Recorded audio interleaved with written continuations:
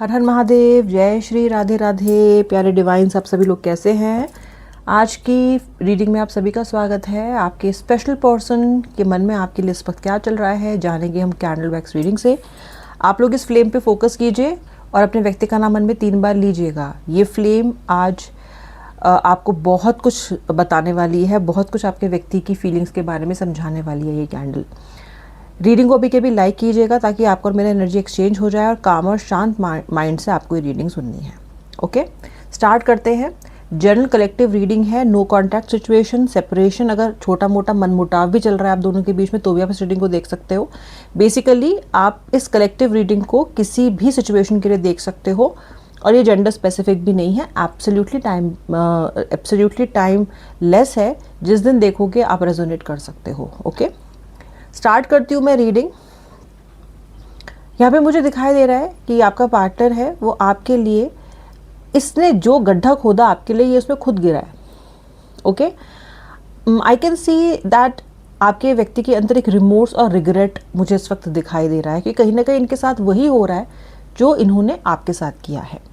वही चीज़ें इनके सामने आ रही हैं, वही कर्म इनके सामने आ रहे हैं जो इन्होंने आपके साथ किया और उसका इनको कर्म फल अब मिल रहा है। मुझे आपका व्यक्ति परेशान दिखता है, बहुत ज़्यादा उखड़ा हुआ, कोई हेल्प इसको कहीं से नहीं मिल रही है ऐसा लगता है। खासतौर से इसके फाइनेंसेस में किसी व्यक्ति ने इसको चीट किया है, चाहे वो कोई स्कैमर हो या फिर कोई थर्ड पार्टी हो, बट कहीं ना कहीं इनसे कोई पैसा लूट के या छीन के गया है, यानी कि इनको बिट्रे करके गया है। आपके व्यक्ति का नाम लेटर F, लेटर P से हो सकता है।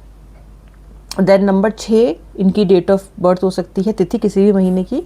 नंबर 9, नंबर 8 हो सकती है। लेटर Y से भी इनका नाम हो सकता है। लेटर P से हो सकता है, मैंने भी आपको बताया। Letter A, letter I, letter N, letter T, इससे इनके नाम हो सकता है। लेकिन अगर आपने इनिशियल से नहीं भी रेजोनेट किया हो तो भी कोई बात नहीं। राशियाँ हो सकती हैं लियो यानी कि सिंह राशि, मकर यानी कि कैप्रिकॉन, तुला यानी कि लिब्रा, पाइसेस मीन, कर्क कैंसर।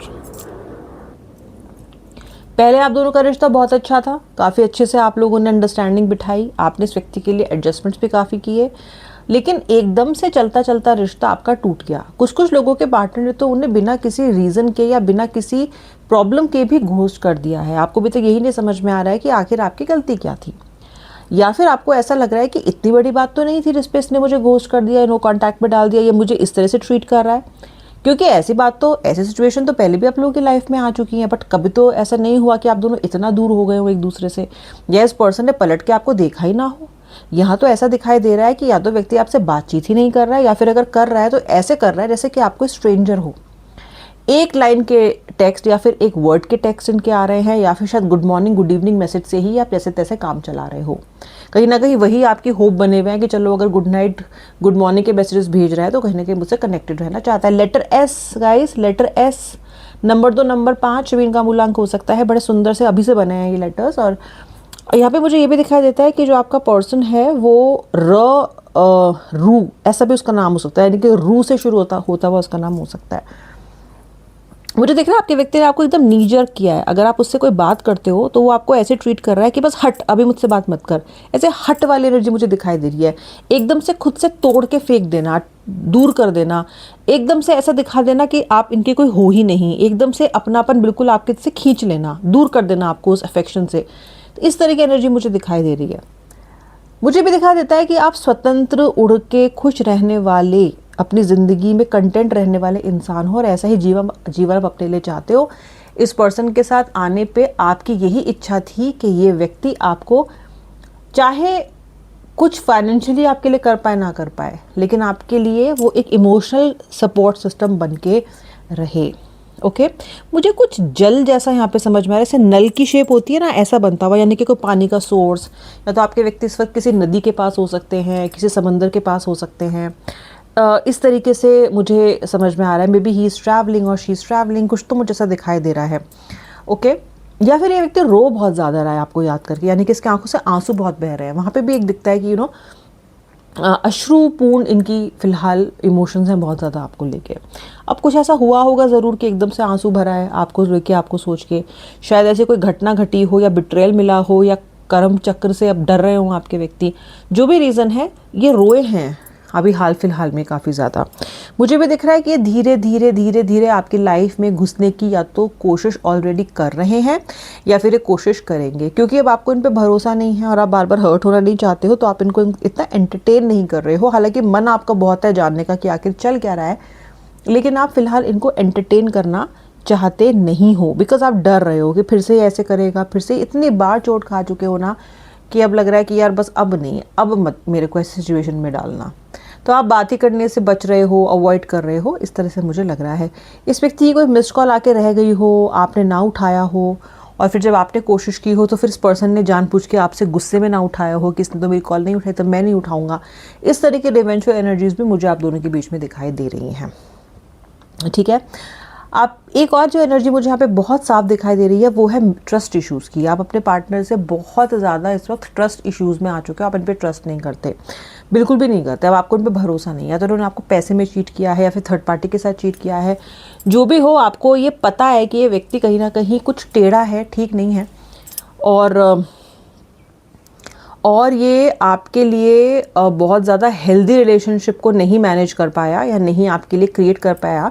लेकिन फिर भी आप ये सब जानते हुए भी इससे दूर नहीं पाते हो। गाइस, कोई आपको एक बार चीट कर देता है तो यूजुअली क्या होता है, उसको ब्लॉक कर देते हो। ऐसे लोगों से तो हमें डर लगता है उल्टा कि इसने मुझे चीट कर दिया। होता है ना, कोई स्कैमर आपके पैसे ले जाए तो कैसा लगता है आपको, डर नहीं जाते हो क्या? यहाँ कंप्लेंट करोगे, वहाँ कंप्लेंट करोगे, बैंक में कोई फ्रॉड हो जाए तो करोगे, करते हो कि नहीं करते हो? लेकिन ये व्यक्ति आपसे इतनी बार चीट कर चुका है आपको, लेकिन फिर भी आपको अकल नहीं आती है, फिर भी इस पे भरोसा कर लेते हो, फिर भी आप इसकी बातों में आ जाते हो, फिर भी इसके आने का इंतज़ार रहता है। कायदे में तो ऐसे इंसान को कोई लाइफ से बाहर निकाल के फेंक ही दे, लेकिन आप नहीं कर पाते, आपसे नहीं हो पाती ये चीज़। जानते हो, पूछते हो सब कुछ, और उल्टा आप तो और मदद करते हो फाइनेंशियली। बहुत से आप में से लोग हो जो केवल इन्हें अपने पास रखने के लिए फाइनेंशियली इनकी हेल्प करते हो। आपको लगता है कि अगर आपने इनकी फाइनेंशियल हेल्प नहीं की तो ये आपसे दूर हो जाएंगे। ओके, और ये कभी भी आपके पास नहीं आएंगे। इसका मतलब अपने मन में जानते हो कि money somewhere a very very big reason for this person to be close to you. ये जानते हो, फिर भी ऐसा करते हो आप, और फिर ये भी कहते हो कि व्यक्ति मुझे मैनिपुलेट कर रहा है। मैनिपुलेट कर रहा है आपको, और कह के कर रहा है, कह के कर रहा है, छुपा के नहीं कर रहा है। क्योंकि इतनी बार आप ये एक्सपीरियंस ले चुके हो कि उस एक्सपीरियंस से सीख जाओ, लेकिन नहीं सीख पाते हो। क्यों? क्योंकि soulmate connection, past life connection, twin flames, ये सब कनेक्शन जो होते हैं ना, इनमें उतना आसान नहीं होता है व्यक्ति को भूल जाना। वो आपको बार बार पेन देता है और आप उस पेन को सहन करते हो और फिर से तैयार हो जाते हो दोबारा पेन प्राप्त करने के लिए। That is what is happening with you all over again. इस व्यक्ति के आंखों में आंसू हैं आपको सोच के, मैंने आपको थोड़ी देर पहले बताया है, यस हैं। शायद आपके सेक्रीफाइसेस जो हैं वो इन्हें याद आ रहे हैं। ओके, होता है ना सैक्रिफाइस, किसी का याद आना कि उसने मेरे लिए क्या क्या किया, और इसलिए आ रहा है क्योंकि इस वक्त इनके लिए कोई कुछ करने के लिए तैयार नहीं है।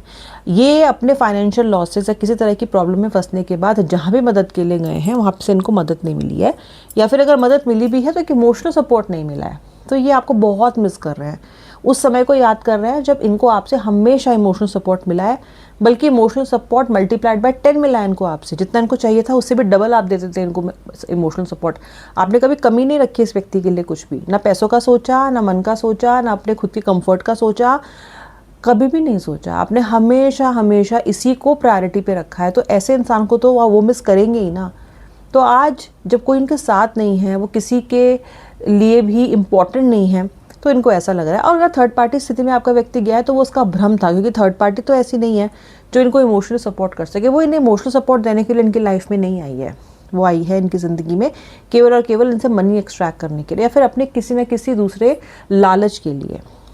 ओके, तो यहाँ पे इनके आंखों में आंसू केवल इसलिए नहीं कि प्रॉब्लम्स में है, इसलिए भी हैं क्योंकि वैसा सपोर्ट नहीं है जैसा आपसे है, और अब आपसे मांगने का वो सपोर्ट मुँह भी नहीं है इनका, क्योंकि बहुत ललकार के आपको और बहुत बेइज्जती करके आपके निकले थे, आए थे।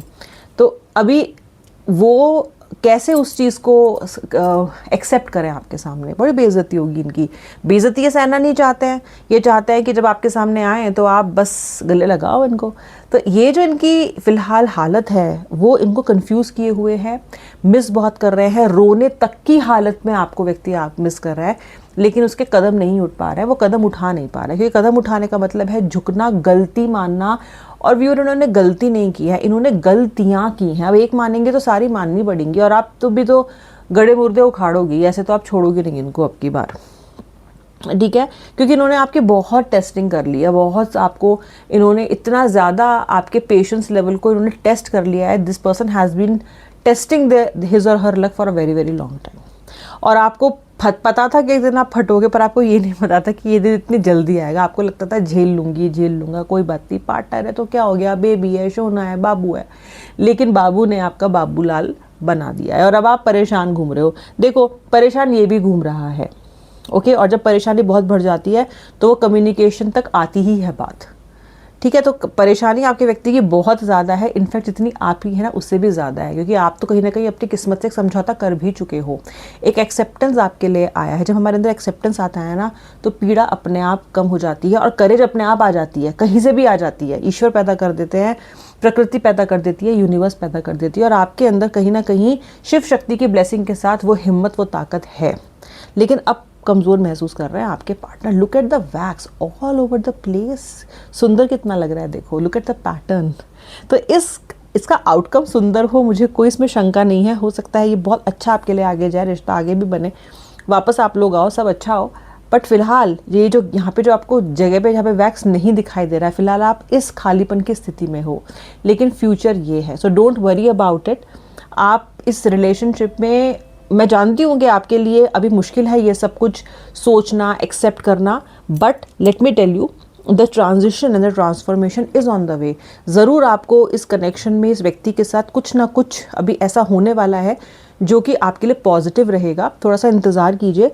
व्यक्ति आंसू बहा रहा है तो डेफिनेटली कनेक्ट करने की कोशिश भी ज़रूर करेगा। अब मैं मिलूंगी नेक्स्ट रीडिंग में, तब तक के लिए श्री राधे, हर हर महादेव।